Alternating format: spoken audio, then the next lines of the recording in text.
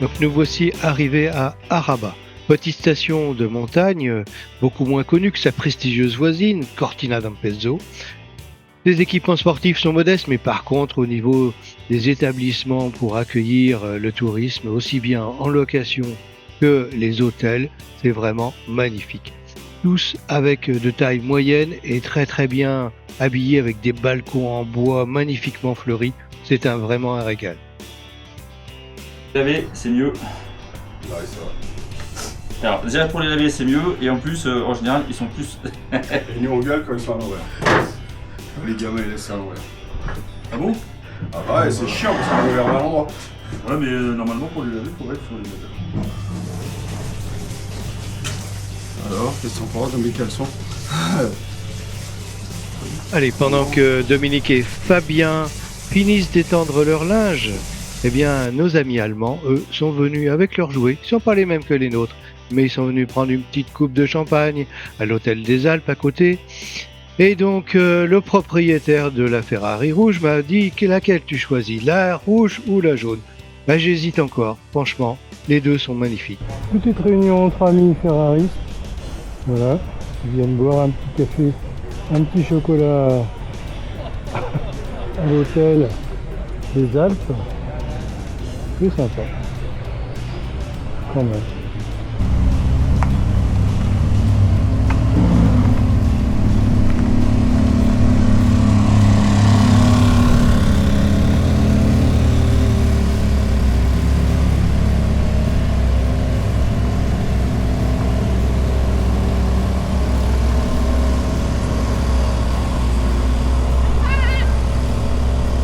Donc il n'y a que ici, il n'y a vraiment que ici qu'on peut voir un embouteillage de Ferrari quand même. C'est juste incroyable. Donc nous allons rester quelques jours sur Araba et allons visiter les alentours, à commencer aujourd'hui par la station de Cortina d'Ampezzo qui va accueillir les Jeux Olympiques d'hiver de 2026.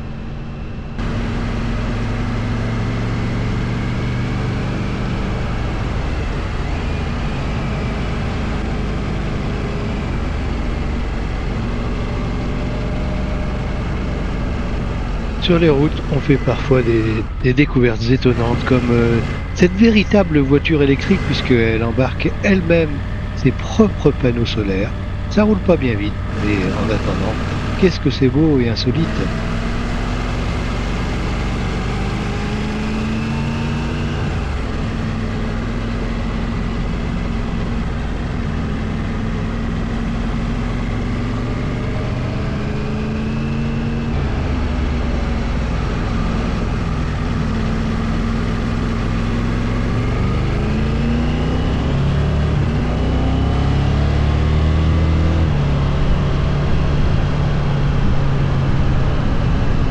La magie des Dolomites, elle est aussi là.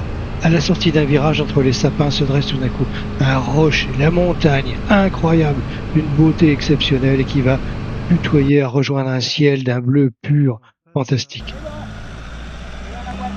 Et toi aussi. Bene, bene, bene. L'ami du petit déjeuner, l'ami l'autre Doliprane. Non, le breton, lui, c'est Oh, il est bon, lui. Hein. à la... Non, comment ça s'appelle ce qui t'a ramené de Bretagne? Ah, Lambic. Du lambic, ouais, au lambic le matin. C'est meilleur. On fait une vidéo de toi encore, tout nu? Non, pas tout. Je suis le haut tout nu. Bah oui, le haut.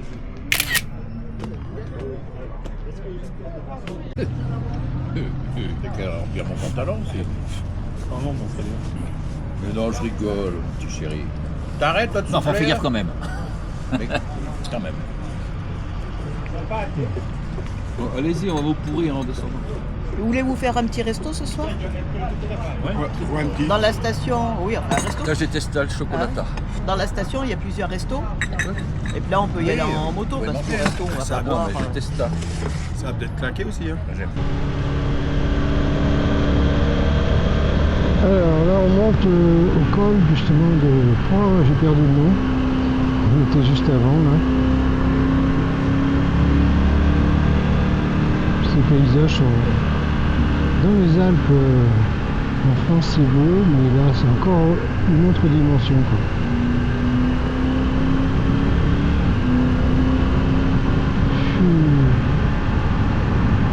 Cet affleurement des rochers et la route qui se passe au milieu. Qu'est-ce qu'il fait le monsieur avec sa moto là? Non, il tourne. D'accord. C'est lui. Donc un fort, ouais, de la guerre, Première Guerre mondiale peut-être, qui permettait de défendre le Valais. Oh là là.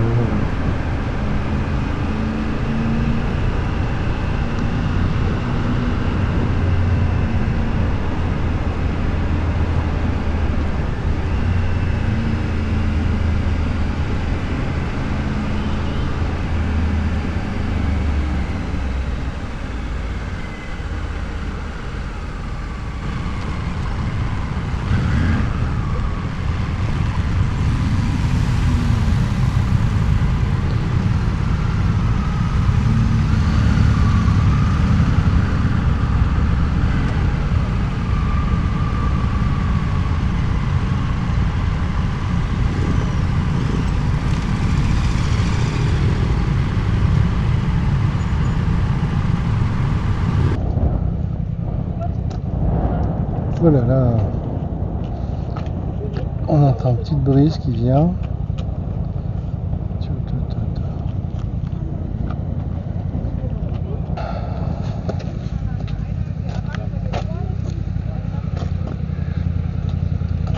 Voilà, on ne sait plus où tourner de la tête.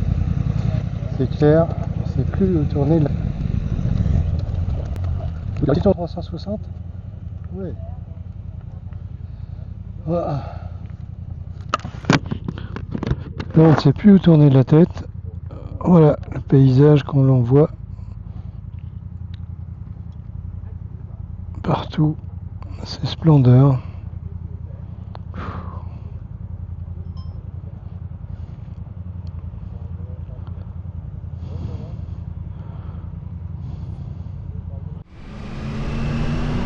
On arrive sur Cortina.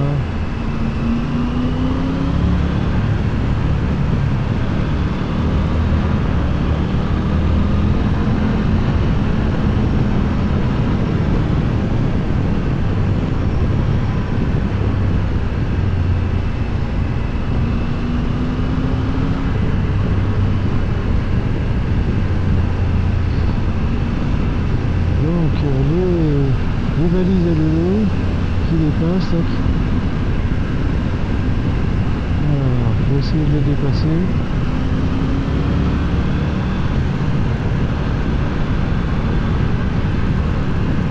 Donc là, c'est des valises à Mélanie qui sont attachées. Un petit problème qu'elle a eu, un petit problème particulier. Les serrures d'une moto neuve qui ne fonctionne plus.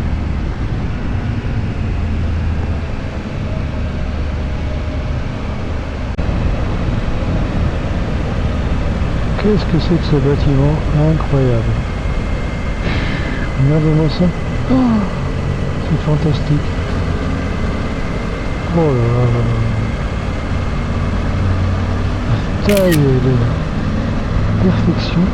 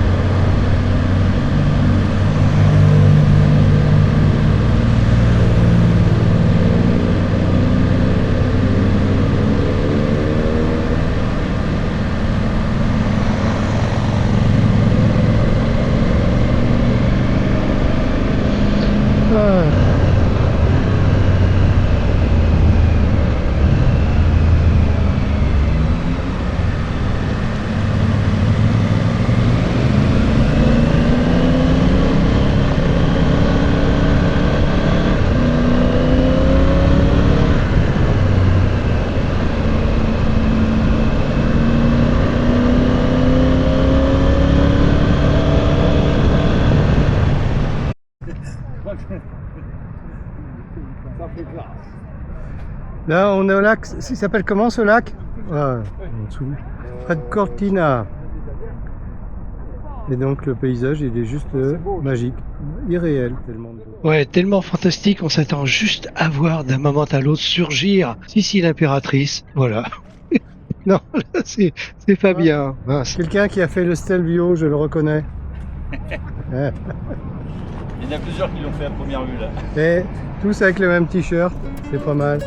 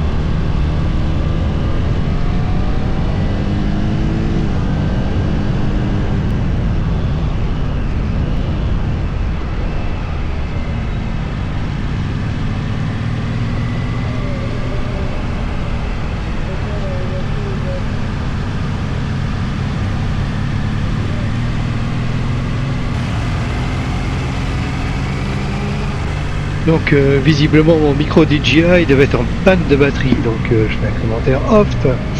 Donc tout ça pour dire que bien que nous ayons vu vraiment des merveilles, eh bien il nous en reste encore une à voir, peut-être la plus exceptionnelle.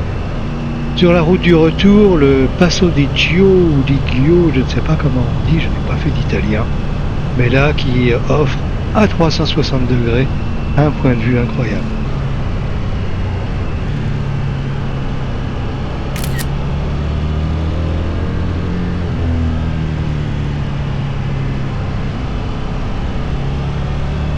Les Alpes françaises nous offrent des paysages fantastiques, mais aucun ne ressemble à celui que l'on peut voir ici. Des montagnes surgissent de nulle part comme ça, et comme des monts isolés. C'est juste incroyable ça.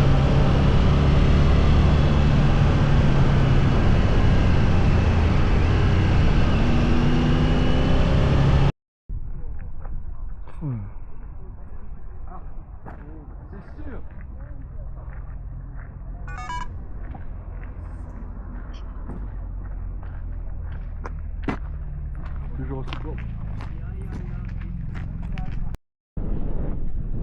Col da Gordina. Là, on ne sait pas de quel côté regarder parce que tout est merveilleux avec ce paysage. C'est vraiment incroyable.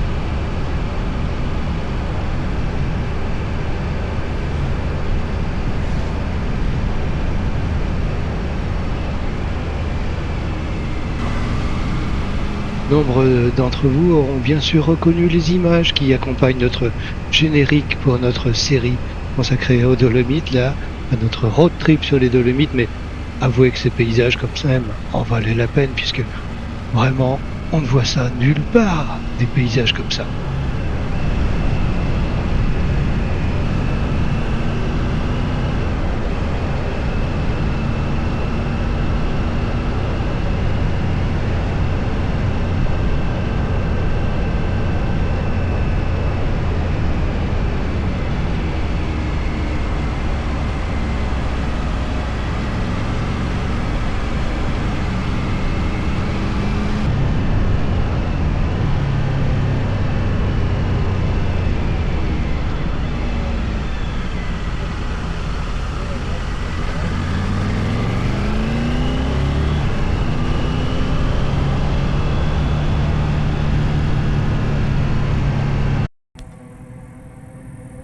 À l'occasion d'une petite pause à l'ombre dans la forêt, eh bien j'en profite pour regarder passer les cyclistes, les courageux cyclistes qui montent ces pentes de 7 à 10%, mais pendant de nombreux kilomètres, vraiment, respect à eux, vraiment.